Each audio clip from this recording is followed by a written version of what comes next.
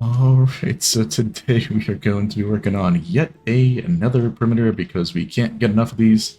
As you can tell by the scale right here, it's not actually a 272 by 272. This is actually a 530 by 531.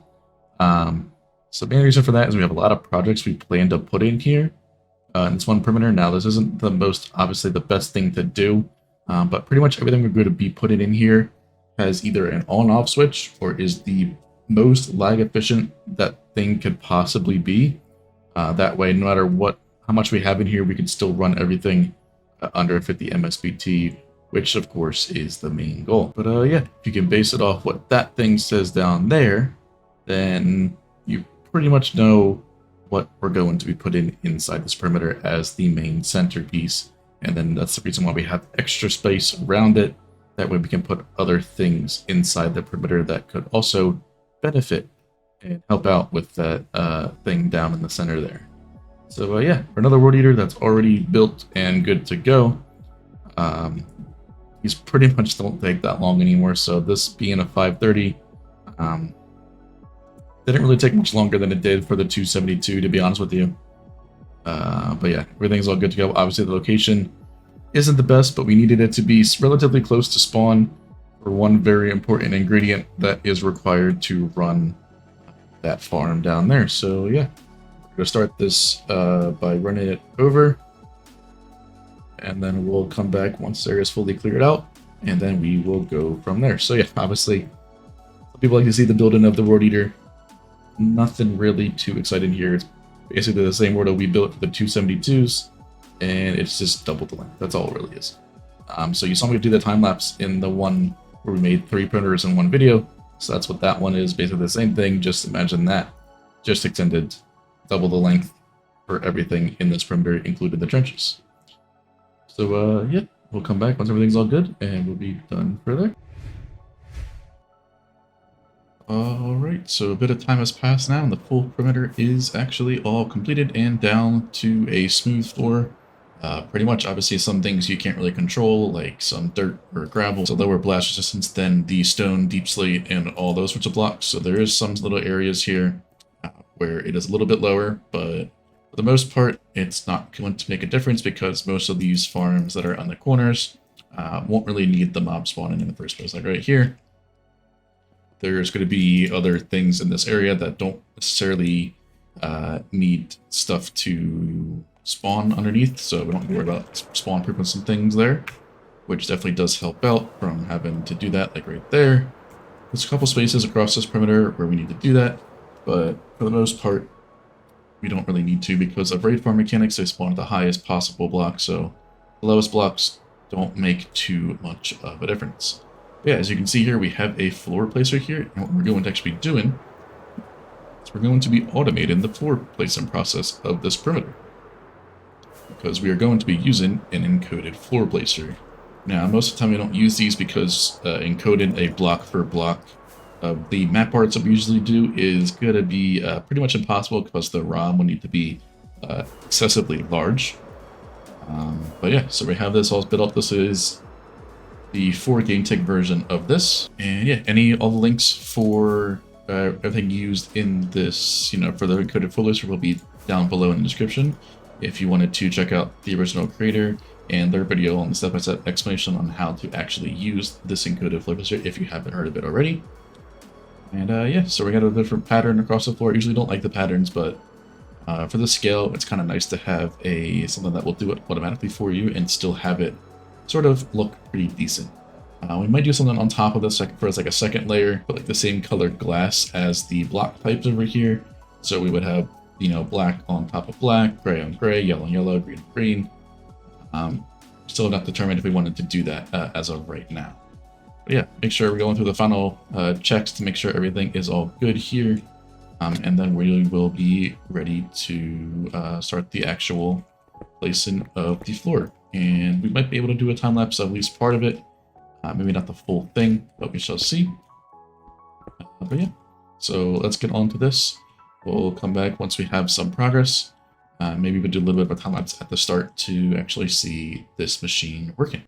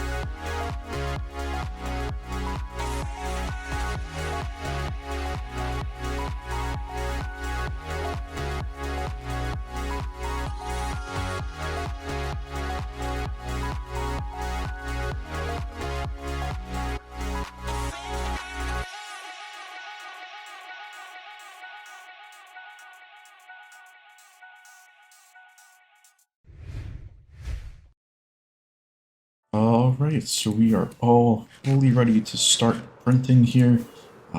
Glass is all placed on the floor there. And yeah, got the bot in the center to load the full area. And now we are ready to print. Now we're ready to actually automatically print some walls. Now you may notice that this thing looks pretty high off the ground. Yes, it is the first iteration, so it's not going to be the most beautiful of things, and obviously not the most compatible. So, where we actually going to start placing is where that piston head is right there, or that honey block if you needed to do it as well. That will gauge where your first block is being placed. Now this pumpkin alignment will tell you that we are going to skip 6 blocks. We got 1, 2, 3, 4, 5, 6, which means we actually need our printer to start on the 7th layer, because that is the first one that we are going to be printing. So we will, I guess, have to do 6 layers manually, but that is way better than doing the full 120. I think we are doing, I think it's somewhere around 128 layers that we were doing, maybe a little bit more. So yeah, it won't be too bad, especially once we get the layer printed. Above, once we get the next pattern, we can copy a full pattern basically, like a whole section around the whole perimeter, move it down a little bit, and then it should all align perfectly if we do everything right. Which I believe I understand how it works. So basically what this printer is, of course, if you haven't already, links will be in the description down below to Floppy, the original 4-game tech encoded right here. We use that for the floor, but we have it slightly modified to do the walls, so we are going to be running the machine at 8 game ticks, and you don't really need any adaptation for slowing it down. All you need to do is just place the bot and have them use the block slower, because this one is based off of when the blocks are actually being placed. It's not going to break if you just slow it down for any reason. Now, of course, the opposite, you can't speed it up because it can only handle 4 game ticks at max, but we can, it'll work perfectly fine with a slower input. Obviously, it'll just take longer to do the full thing compared to the max speed it's capable of. So yeah, each row right here is basically encoded one of the rows. So 16 by 16 pattern, we have 16 shulker box rows like this. So if we want it to start on the 7th row, we need to go to the 7th one, which I think I am on top of right now. This is the 7th one. We need to have these comparators on like they are on the first one. We need to step them up. That way this one is on.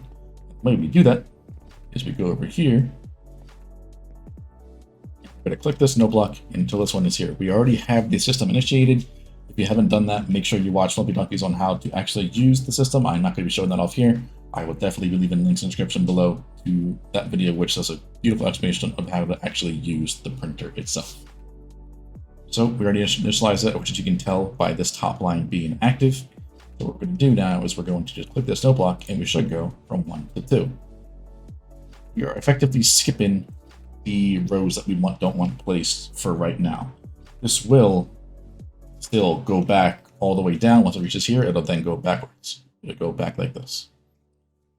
So all we're doing is skipping these layers of blocks, but not actually placing them. So now we're going to go to the next one. We're on row 3 now, and then 4, and then 5, and then 6. So this one is the last one of the pumpkins. So we click one more time. Now we should be on row 7. Look away that we don't accidentally hit that again. So we have 1, 2, 3, 4, 5, 6 rows skipped, and then we're on the 7th one, which is the one that is selected, meaning that this one that we're going to place first is the actual one that will work and be in the correct spot of the pattern. And instead of not starting up here, it will technically start down below where this glass is. You will just have to manually place that in once everything is done and confirmed to be working. So yeah, this should pretty much be everything here. Now it begins the painstaking process of making sure we're all good. I did, of course, do a backup before this, so if anything does go wrong, we should be perfectly okay. So I need to get one dummy item. We can actually start seeing if this is going to print correctly. So first we need to make sure we have the items in here. 28 going into that, which is good. So everything was verified. These dust are now dots. And let's just make sure one quick check, can never be too certain with the system, and then I will be back once we are confirmed, ready to go. All right, all the items in the droppers seem to be good. So now we're going to basically hit this button to initialize the system. I'm not going to place anything during this time. This is basically just pre-filling the droppers right there. Once this should stop, after the first block that we place, it should give us the next thing. So we turn it on, wait for the piston to fire, we place one block, and we should get another block, which is good. So I'm going to place a couple more until all those temporary items or blocks are out of the way. I'm going to stop. Get rid of these. And now we're going to put a bot here because I don't want to stay in here for however long this is going to take. Interval 8 game ticks.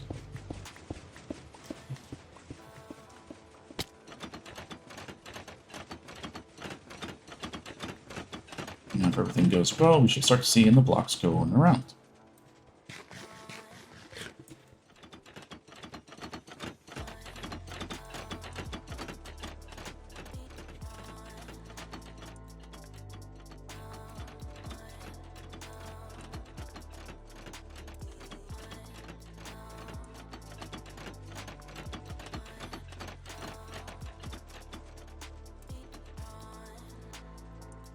Looks good so far. The pattern looks like it's actually repeating, which is good. Which means that our encoded part right here is going well. So yeah, this one will continue to repeat this pattern all the way around. And then once it gets across, then it'll move up to the next one. Because it's such a large pattern, we have 64 in the, or we have 128 in this counter right here. So after all that, then we will go all the way around here. So like I said, this is going to be half the speed of the floor, and it also is going to be 4 times the size of the floor. So this will effectively take 16 times longer than the floor did, but obviously it's going to be a lot better than manually placing this yourself. So yeah, now it's time to just AFK here, and we'll come back maybe with a progress update around about halfway, and we will see where it goes. Alright, so the perimeter decoration is fully completed here. If you look really closely, some of the corners, obviously it's not perfect because it needs to leave the block in the corner there. This one over here is off by another block because we need to have a full layer of removable blocks on that side there to stop it. However, this is still really not noticeable unless you're actually going to look in that corner, which you really shouldn't do most of the time because there's going to be no reason to. But yeah, even outline of obsidian is really hard to notice. You really have to be looking for that. And even the corners there, you really can't tell. Especially in these two, they look basically identical. It's just one extra block on that left side.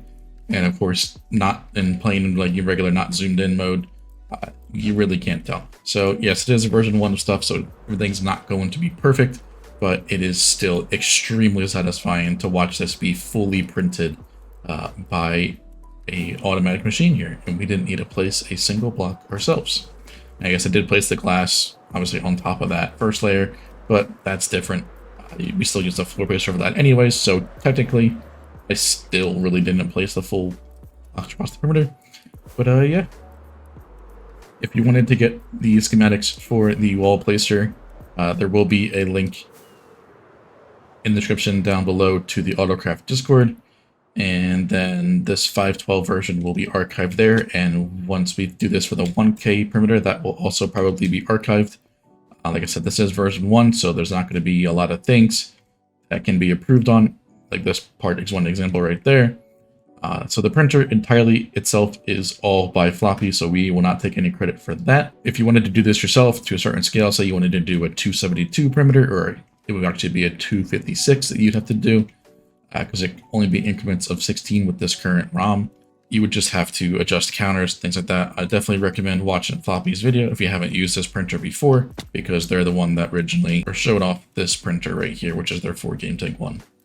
If you are going to attach it to the wall picture, like I said, you need to use a GameTech interval instead of the 4. The printer will work just fine because it's based off the player placing the blocks, not a constant clock. And yeah, just repeat this pattern for the conveyors all the way up to obviously transmit the blocks up there once you get higher and higher and higher. And yeah, so now time to take all this stuff down because we're going to need the honey blocks. So I'm going to keep those the bare minimum. Everything else we pretty much don't need. The observers will keep as well. But mainly just need the honey blocks back for we can use that for the 1K ruiner. But yeah, it was really nice to actually automatically place every single block in this perimeter decoration without needing to do so manually. So we probably may do this for some people in the future. Obviously, with a floor art that I usually do when they have an actual mob art, it's kind of hard to do because it would be a single block is different. It's not a repeated pattern. But maybe for some walls we can use this again. So we shall see. But yeah, make sure you like, subscribe, all those sort of things, and I'll see you in the next one.